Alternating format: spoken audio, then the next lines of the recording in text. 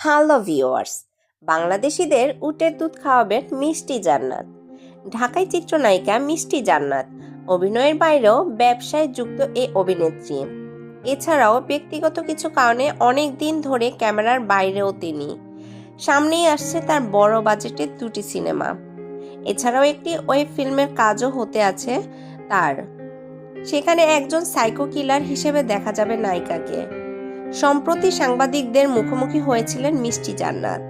সেখানে উঠে আসে তার আসন্ন কাজ ও ব্যবসায়িক ব্যস্ততা নিয়ে আর নানা আলোচনা। তবে নায়িকা জানালেন এবার নতুন ব্যবসা শুরু করতে যাচ্ছেন তিনি, আর সেটি উটের দুধের ব্যবসা। মিষ্টি জান্নাত বলেন, আমি উটের দুধের চা খাই। এই দুধের ব্যবসা বাংলাদেশে শুরু করতে যাচ্ছি, খুব শিগগিরই লঞ্চ করব। কেন উটের দুধের ব্যবসা শুরু করতে চান তা আরও ব্যাখ্যা দেন নায়িকা। বলেন, আমি সেখানেই যাই, সেখানেই সবার জিজ্ঞাসা করেন উটের দুধের চা কেমন লাগে।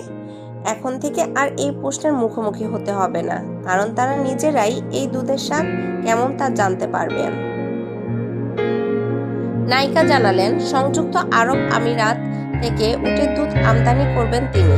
মিষ্টি জান্নাতের কথায়, উটের দুধ দুবাই থেকে বাংলাদেশে আমদানি করব। এই দুধ যাতে সবাই খেতে পারেন এজন্য 200 মিলিলিটার গ্রামের প্যাকেটও করা হবে।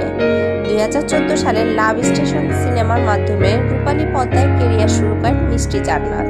এরপর থেকে কাজ করে যাচ্ছেন নিয়মিত। ধন্যবাদ।